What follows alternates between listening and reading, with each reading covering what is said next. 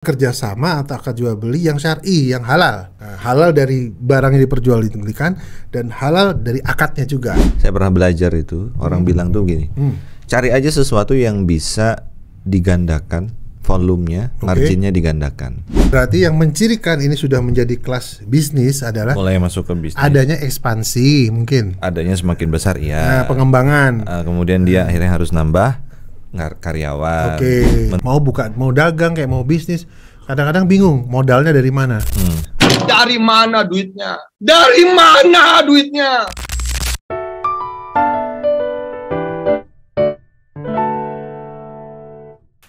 Bismillahirrahmanirrahim. Assalamualaikum warahmatullahi wabarakatuh. Kembali lagi di channel kita Sepemikiran. Di setiap cerita ada salah. Kebalik ya, di setiap pemikiran ada cerita. Ya. Kan tadi saya udah bilang antum yang buka gitu. Nggak apa-apa, manusia itu salah itu biasa. Oke, tapi saya bilangnya kesalahan jadinya nih. Iya, sering salah lah. Di setiap pemikiran ada cerita. Benar. Ya. Pagi ini kita bahas apa, Tat? Mau bahas apa ya kita pagi ini ya? Bisnis yuk. Bisnis itu banyak loh, Tat. Jual nasi goreng bisnis. Terus buka toko bisnis. Buka toko ini macam-macam. Buka toko sembako. Pakai linggis juga buka toko itu. Pakai bener. Iya kan? Buka toko tuh pakai linggis. Bener. Kan lagi rame tuh. Saya nggak kepikiran loh. Saya nggak sepemikiran tuh hal yang ini loh. Itu guyonan biasanya begitu. Terus apa lagi? Jual nasi goreng. Kontraktor juga bisnis. Traktor bisnis. Ya. Begini aja deh. Jadi dari A sampai Z, dari grade 1 sampai grade 10 bisnis. Tapi kita sebagai umat muslim, kita bahas bisnis yang syar'i. Oke. Kita awali dengan apa dulu, Tat? Pertanyaan sederhana sebenarnya gini, kalau misalnya kita sebagai pengusaha, apa sih yang ada di benak kebanyakan orang tentang bisnis syariah? Omongan deh, jawaban deh gimana? Apa yang ada di benak kita sebagai bisnis syariah? Atau gini lah, bisnis itu kalau misalnya kita mau tarik ke bisnis sebagai seorang muslim yang artinya kan bisnis sesuai dengan syariah sebenarnya kan, itu di benaknya Haji Wawan deh itu seperti apa gitu? Bisnis syariah, bisnis adalah jual beli, kami menjual, Anda membeli atau sebaliknya. Syariahnya adalah sesuai di jalan Allah yang sudah diajarkan. Nah, berarti kalau digabungkan adalah kerjasama atau akad jual beli yang syar'i, yang halal. Nah, halal dari barang yang diperjualbelikan dan halal dari akadnya juga. Kalau bisnis itu kan simple ya. Kalau mau diartikan bisnis itu apa sih? Bisnis itu kalau kata saya pernah belajar itu, orang bilang tuh gini, cari aja sesuatu yang bisa digandakan, volumenya, marginnya digandakan. Volumenya digandakan, dapat margin kan dari situ, sehingga marginnya digandakan, walaupun marginnya kecil. Kan gitu kan? Iya. Itu bisnis kata banyak orang ya. Ada lagi yang membedakan antara dagang dengan bisnis, itu juga ada lagi tuh. Dagang sama bisnis beda, Tat? Beda. Apa tuh bedanya? Kalau yang sependek pemahaman saya ya, kalau dagang itu ya orang itu dia melakukan semua proses. Sebentar loh, biasanya ada istilah itu. Sepengetahuan saya gitu. Ini kok sependek yang saya tahu. Jadi gimana maksudnya? Supaya nggak terlalu sombong gitu. Oh, Masya Allah. Nanti kalau sepanjang yang saya tahu kan khawatirnya orang anggapnya terlalu panjang. Kita pinteran gitu. Jadi sependek apa yang khawatirnya ekspektasinya terlalu besar. Siap. Sependek aja kan. Nah, sependek pemahaman saya, kalau dagang itu semua aktivitas bisnisnya, aktivitas jualannya itu dilakukan sendiri. Dagang mulai dari ya kayak orang jualan sate lah misalnya. Dia motong gitu. Sendiri, dia beli ayam sendiri, mungkin potong sendiri dan lain sebagainya, dia jualin sendiri. Mungkin dia makan sendiri kali gitu. Itu kalau dagang. Nah, kemudian kalau orang-orang itu membedakan antara dagang dengan bisnis. Bisnis itu apa? Bisnis itu kalau sudah mulai di sistem. Oh, saya ingat, Tat. Ingat gak pas waktu kita bertiga sama ini nih, sama Mas Yuka nih. Coba sini dulu, liatin dulu wajahnya. Sini, dia memang suka malu-malu gitu. Iya. Nanti katanya setelah janur kuning itu baru dia mau menambah aja. Gimana? Jadi gini, ingat gak pas waktu kita bertiga makan siang? Nasi ayam. Yang di depannya apa tuh? Yang di depan kantor saya tuh. Iya, rumah kampus. Nah di situ kan rame tuh. Saya pernah nanya sama dia, Om mau nggak buka cabang di kota? Iya, betul, gitu. betul. Terus wah ini wes rame kok. Iya, ini goreng nggak habis-habis. Goreng nggak habis-habis. Goreng nggak selesai gitu. Ya itu makanya kita buka cabang di kota. Iya gitu. iya. Wah nggak mau nanti saya. Habis itu antum kan bilang, berarti orang ini dagang nih, bukan bisnis. Nah gimana itu maksudnya? Jadi ya karena semua hal itu dilakukan dengan apa ya? Mungkin dia sendiri dan dia mikirnya bahwa semakin besar itu semakin berat karena mikirnya hanya resource yang dia miliki saja. Padahal kan kalau misalnya bicara kalau mau dikonversi lah bahasanya tuh ke bisnis ya dia mikirnya nyari orang. Atau sederhananya kalau mau mulai mengkonversi ke bisnis itu menjawab pertanyaan ini aja. Bagian mana yang itu bisa mulai dilepas ke orang lain. Oke. Yang kalau orang lain garep itu ya gampang lah gitu. Iya. Nggak perlu apa namanya, nggak perlu skill yang hebat-hebat gitu kan. Kalaupun ada kesalahan ya minim bisa segera diperbaiki gitu. Tapi kalau bagian-bagian yang itu memang harus kita yang memang harus nggak bisa salah gitu ya sudah itu dititeni dulu gitu. Tapi perlahan-lahan dilepas gitu. Berarti yang mencirikan ini sudah menjadi kelas bisnis adalah mulai masuk ke bisnis. Adanya ekspansi mungkin. Adanya semakin besar ya. Nah, pengembangan. Kemudian dia akhirnya harus nambah karyawan, mensistemisasi itu, kan begitu kan. Kalau kata dan dia tidak harus goreng sendiri sekarang. Dia nggak harus goreng sendiri. Dia hanya di kasir aja ngeliatin doang. Ya, gitu. Ini gitu lah. Ya gitu. Jadi itu sih sebenarnya itu kalau bicara bisnis ya. Sekarang kan tinggal kalau itu bisnis dan mungkin kebanyakan orang kan juga melakukan bisnis kan. Iya. Masuk yang tadi kita bahas terus. Syariahnya gimana? Nah terus ada nih mau dagang kayak mau bisnis. Kadang-kadang bingung modalnya dari mana. Antum nggak saum kok minum? Iya kan hari ini jadwalnya nggak saum. Oh jadwalnya nggak saum.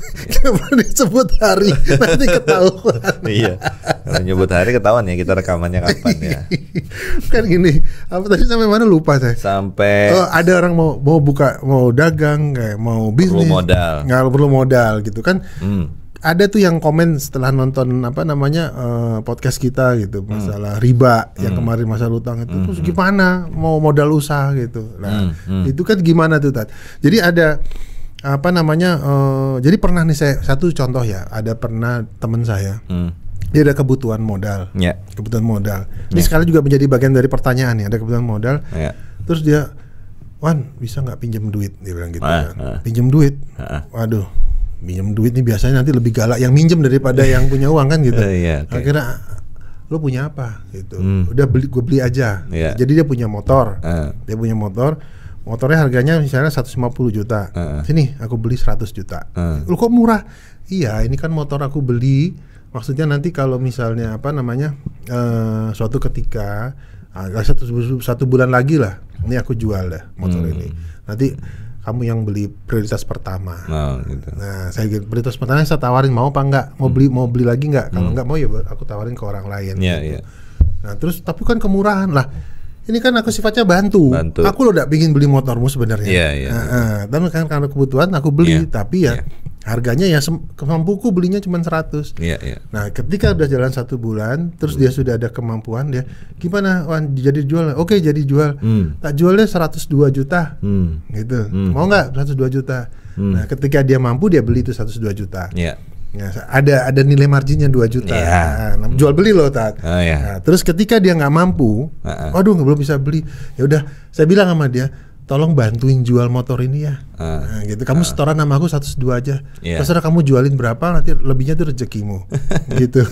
Gimana Tat kalau gitu Tat? Kacau itu. Kacau itu maksudnya gini. Itu kan yang kalau di tapi kan ada double akad itu Tat. Tapi akad bersyarat. Di mana syaratnya? Nah, itu tadi. Yang mana? Itu kan kalaupun nggak kesana ya, kalaupun belum ke akad bersyarat ya, itu kan bercampur tuh. Ayo, itu bisnis atau nolong? Nolong mau beli motornya dia. Terserah uangnya mau dipakai apa gitu. Dia ada kebutuhan. Kalau nolong berarti jangan jual beli, karena jual beli itu akadnya bisnis, nyari untung. Ya iya, kan sebulan lagi saya jual 102. Lah iya, itu nolong apa nyari untung?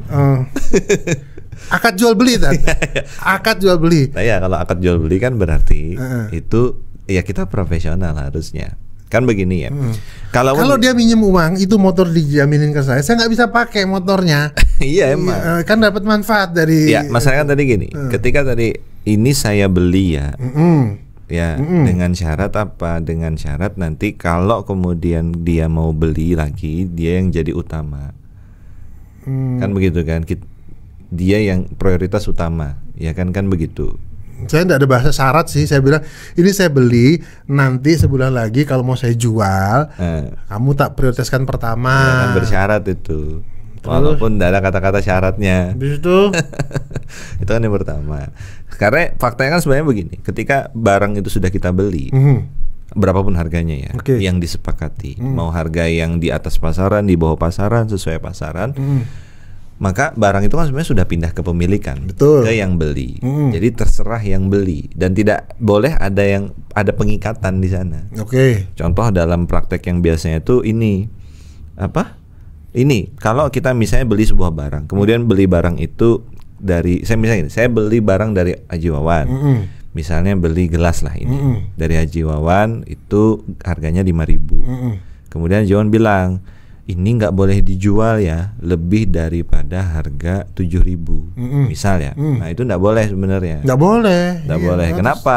Karena gelas itu setelah saya beli, haknya Anda. Haknya saya. Mau saya mau saya jual 10.000 kayak mau jual. Mau di bawah kan terserah. Mau harga modal, mau rugi segala macam. Nah itu poinnya sebenarnya, sehingga tidak boleh ada syarat, walaupun tidak mengutarakan syarat, tapi secara fakta kan itu syarat. Itu satu. Yang kedua, seringkali yang jadi masalah kalau dalam konteks bisnis itu adalah menggabungkan tujuan membantu, qimah namanya, dengan tujuan untuk bisnis. Kayak tadi misalnya, ini bantu atau bisnis? Ya kan? Karena kalau dua nilai itu, dua tujuan itu tercampur, itu jadi kacau begitu. Sama kayak beginilah. Contoh yang saya nggak sepakat ya, misalnya gini, belilah produk. Nggak sepemikiran maksudnya? Iya nggak sepemikiran. Belilah produk saya 5% dari penjual, kan di marketing itu. Iya. Akan saya sumbangkan misalnya. Itu saya nggak sepakat. Kenapa? Karena mencampur. Gitu. Antara bisnis dengan sedekah. Kalau dalam konteks bisnis lagi, itu ada waktu itu kan. Kalau bisa ada gini, hasil penjualan ini total seluruhnya akan saya sumbangkan ke masjid. Hasil penjualan mobil ini. Makanya itu kan boleh tadi juga. tercampur. Memang tidak sampai haram ya, sepemahaman saya ya, sepemikiran saya. Cuman ya akan bermasalah begitu. Gitu. Jadi karena ada dua qimah yang tidak sama. Kalaupun kita misalnya gini ya, jadi jual beli itu ya dia bisnis, kita pengen dapat materi. Jadi sama kayak beginilah contoh, harga temen lah kan begitu, ya kan? Itu kan akhirnya apa? Membuat tujuan kita untuk mendapatkan materi, kan sebenarnya kita jual beli itu untuk mendapatkan materi, kan? Menjadi tidak optimal gara-gara kemudian dari sisi temen lah. Makanya biasanya gini. Padahal itu kan hanya bahasa nego aja. Iya. Makanya, tapi biasanya gini. Kalau ada yang bilang begitu, biasanya saya mahalin. Kan temen. Kalau temen harusnya beli yang bagus dong harganya, kan begitu. Itu contoh. Nah makanya tadi saya bilang percampuran qimah itu seringkali terjadi tuh di antara kita. Gitu. Idealnya adalah kalau misalnya gini. Satu, kalau kita bisnis itu ya untuk nyari untung. Masalah sedekahnya nanti itu ya setelah untung itu selesai, dapat untung, nanti ada aktivitas lagi untuk bersedekah. Jangan digabungkan gitu. Itu yang jadi masalah. Itu benar, itu saya dapat dari teman saya, kakak kelas saya, guru saya itu, yang beliau itu kan buka salah satu pemimpin pondok pesantren di Martapura. Waktu di Facebook tuh saya nulis begini.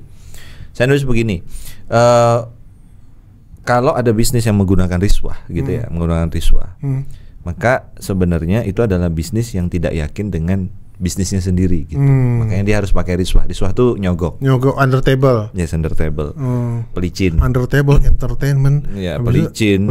Macam-macam ya kan. Tapi kadang-kadang pelicin itu digunakan untuk kebaikan juga loh. Iya benar juga.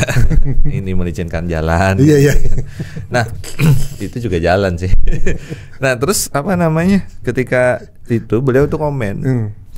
Beliau komennya beliau sepakat dengan apa namanya, dengan status saya itu. Kemudian menambahkan bahwa menurut beliau juga kalau ada orang yang dia itu marketingnya dengan menambahkan yang tadi, nanti saya sedekahkan, nanti saya kemudian sumbangkan, terus sebenarnya dia juga nggak yakin dengan produknya itu.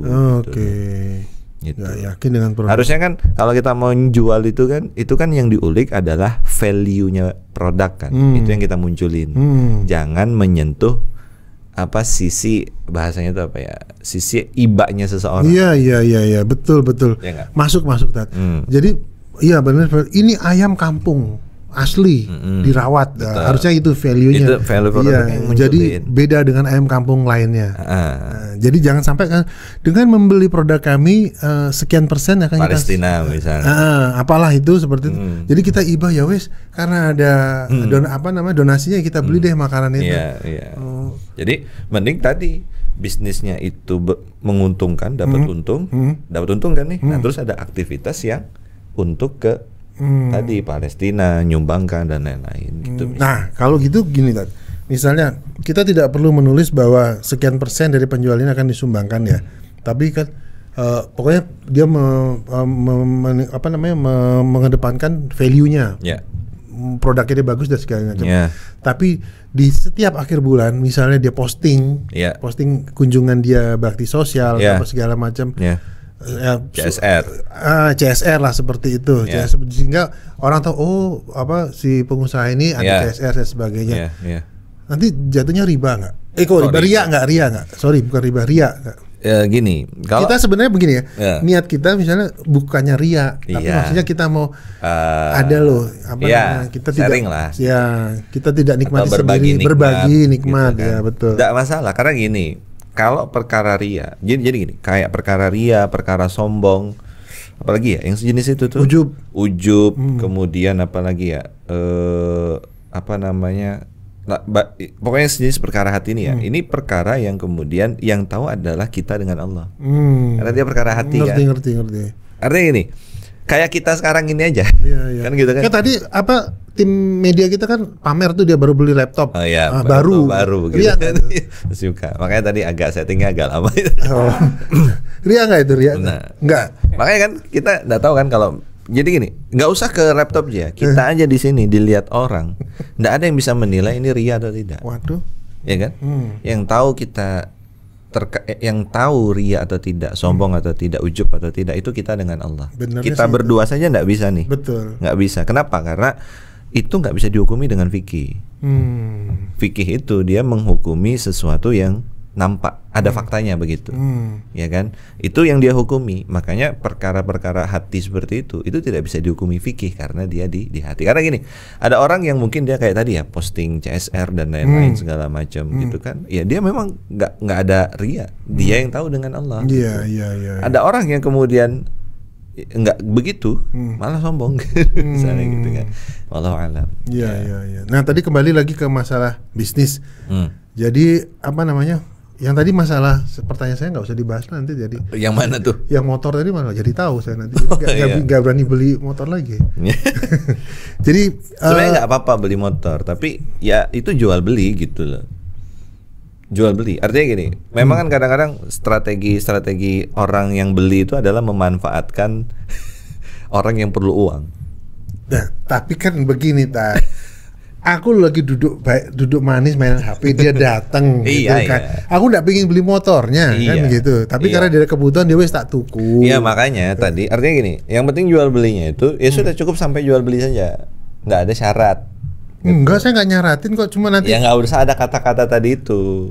Nanti dia nggak tahu dong kalau motornya bakal dijual lagi ke dia. Ya kan punya jenengan.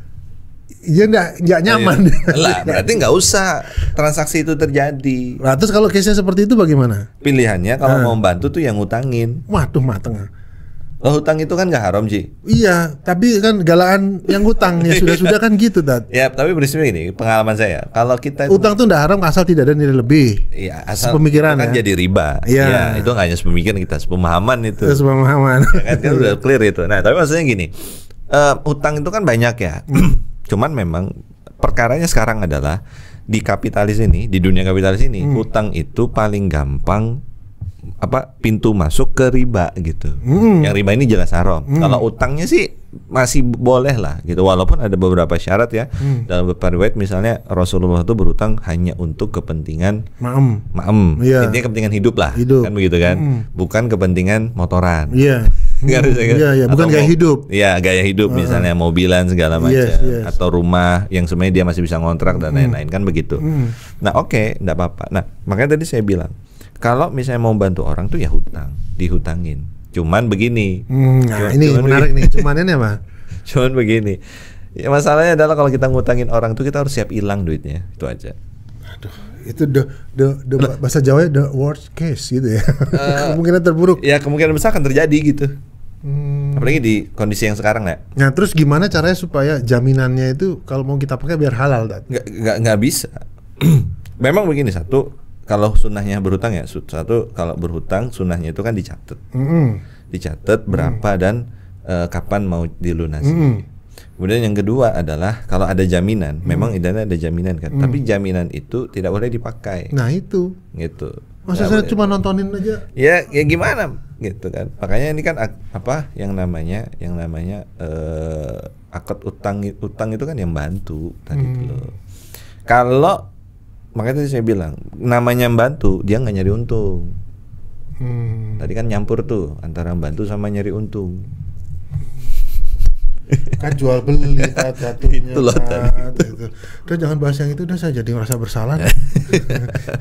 Terus jadi bagaimana Tat kalau kita kaitkan dengan masalah bisnis, orang yang mau berbisnis terus punya kebutuhan modal. Ya, oke. Misalnya saya mau bisnis dengan yang punya modal uang dingin misalnya. Taruh ke saya dong atau gimana bahasanya, dan bagaimana pembagiannya yang halal atau yang syar'i? Iya, jadi sebenarnya kan masalahnya sekarang itu adalah orang mikir modal tuh cuma duit. Iya, betul. Dan itu masalah. Ya, tidak banyak hal yang saya sepakat dengan Bob Sadino, tapi salah satu yang saya sepakat dengan Bob Sadino ya, kalau misalnya masalah modal kata Bob Sadino ya, itu dengkul itu juga modal katanya. Oke, setuju. Kan? Karena begini, kalau kita lihat, mungkin Bob Sadino sulit kita jadikan panutannya. Kita jadikan panutan tuh para sahabat aja lah. Contoh Abdurrahman bin Auf yang sering kali jadi sosok yang diidam-idamkan oleh para pengusaha muslim kan, begitu kan. Siapa namanya? Abdurrahman bin Auf itu ketika hijrah ke Madinah, itu kan tinggalkan semua kan. Yes. Semua tuh dia tinggalkan tuh. Semua dia tinggal. Istrinya dia tinggalkan, bisnisnya yang besar tuh dia tinggalkan, duitnya tuh dia tinggalkan. Otomatis dia datang ke Madinah itu bawa apa coba? Modal ganteng. Itu jelas ya. Modal ini apa? Baju yang nempel di badannya. Nah, dan Rasulullah itu kan saking luar biasanya. Itu kan tapi kan ini yang merancang, tapi kan istrinya nggak di divorce kan, maksudnya ditinggalin gitu. Ditinggalin. Saya mau merantau dulu kan, kira-kira gitu bahasanya. Saya lupa ya waktu itu. Saya di divorce kayaknya. Oh serius? Ya kan karena nggak mau ikut hijrah kan. Nggak mau mengikuti perintah Allah kan, perintah Allah dan Rasulnya untuk hijrah kan begitu. Nah, makanya kan sampai di Madinah itu Rasulullah itu kan pinter. Rasulullah itu mempersaudarakan beliau itu dengan yang sekufu. Yang sekufu. Jadi Sa'ad bin Rabi. Jadi beliau ini juga jutawan, saudagar di Madinah. Punya banyak rumah, punya banyak kemudian kebun kurma. Istrinya 3 waktu itu.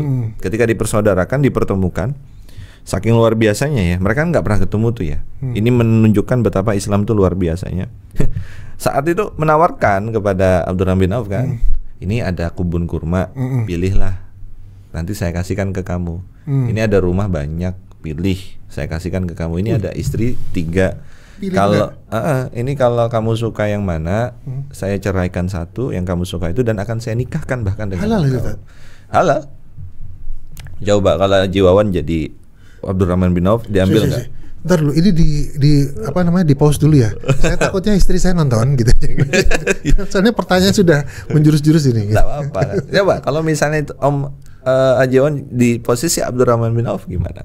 Waduh, kalau ada yang seperti itu di zaman sekarang, itu udah kan halal kan itu. Yang 1, 2 hal, yang ketiga itu halal semua itu. Iya halal semua. Coba. Kalau yang ketiga kan istri kan, istrinya diceraikan, ya kan sah. Kemudian nanti dinikahkan dengan Abdurrahman bin Auf. Halal tuh. Nah, hebatnya Abdurrahman bin Auf.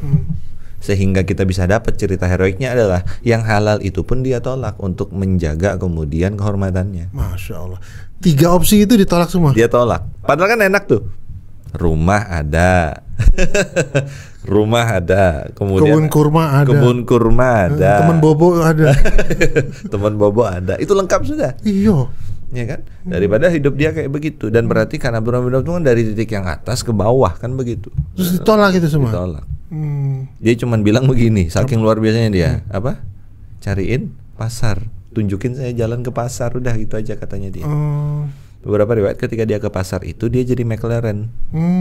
Berarti kegiatan McLaren halal. Halal. Wah, dengan beberapa catatan. Ada catatannya juga. Ya dong. Gitu. Nanti kalau makelar itu ya hanya boleh 1 tingkat.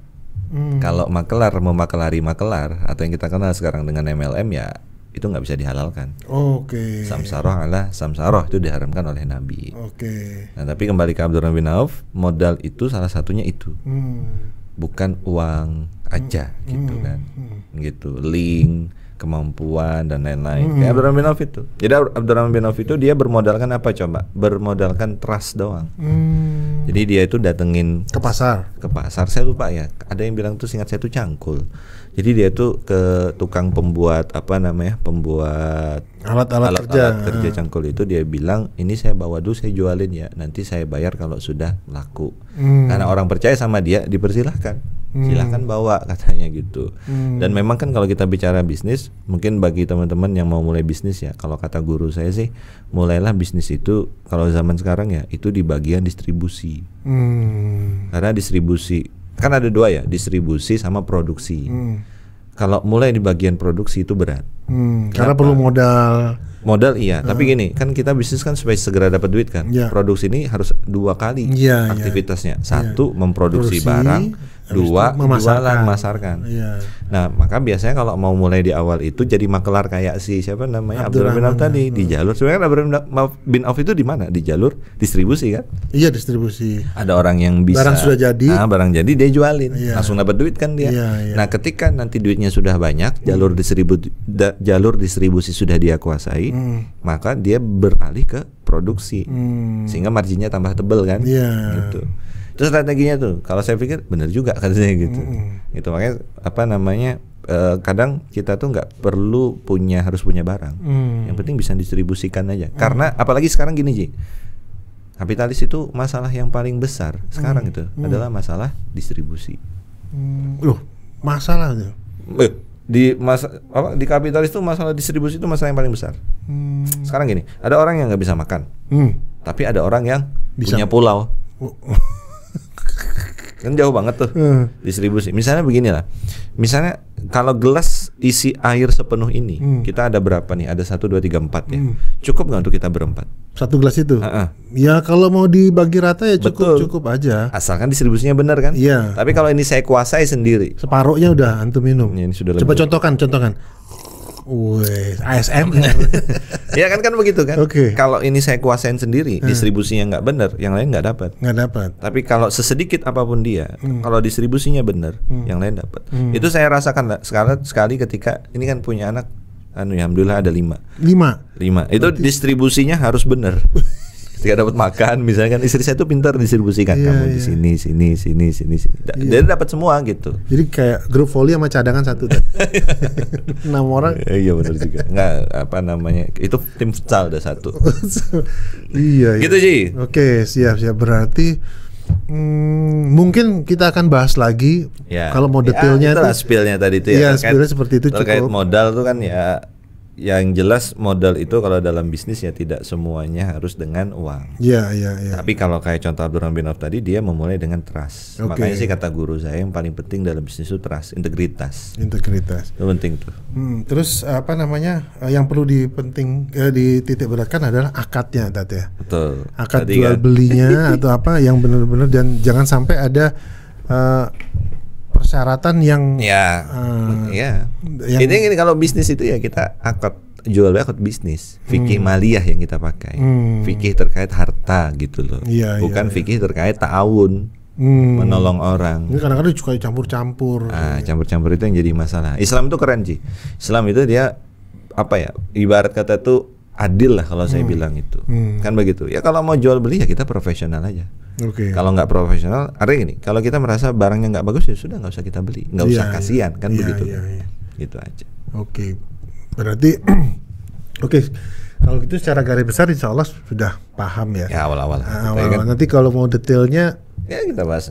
Tulis di komentar. Ya mungkin teman-teman mau bahas. Tolong bahas masalah ini atau tolong bahas masalah itu, insya Allah nanti kita akan bahas lebih detail lagi dan dengan dengan dalil-dalilnya dan dengan ilmu fikihnya yang benar-benar membahas masalah itu. Insya Allah kita akan ngobrol-ngobrol lagi sepengetahuan, sepemikiran dan sependek, sepemahaman, sepanjang. Seperti itu. Kalau gitu Ted. Kita sudahi dulu. Siap. Pagi hari ini kita sudah spill sedikit masalah bisnis syariah, dan nanti kalau memang ada yang mau dibahas lagi lebih detail silakan tulis di komentar di bawah, dan insya Allah kita akan carikan waktu lagi untuk kita kita bahas masalah itu. Akhir kata, tidak ada sesuatu yang sempurna. Mohon maaf bila kita ada salah. Kesempurnaan hanya milik Allah. Wassalamualaikum warahmatullahi wabarakatuh. Waalaikumsalam warahmatullahi wabarakatuh.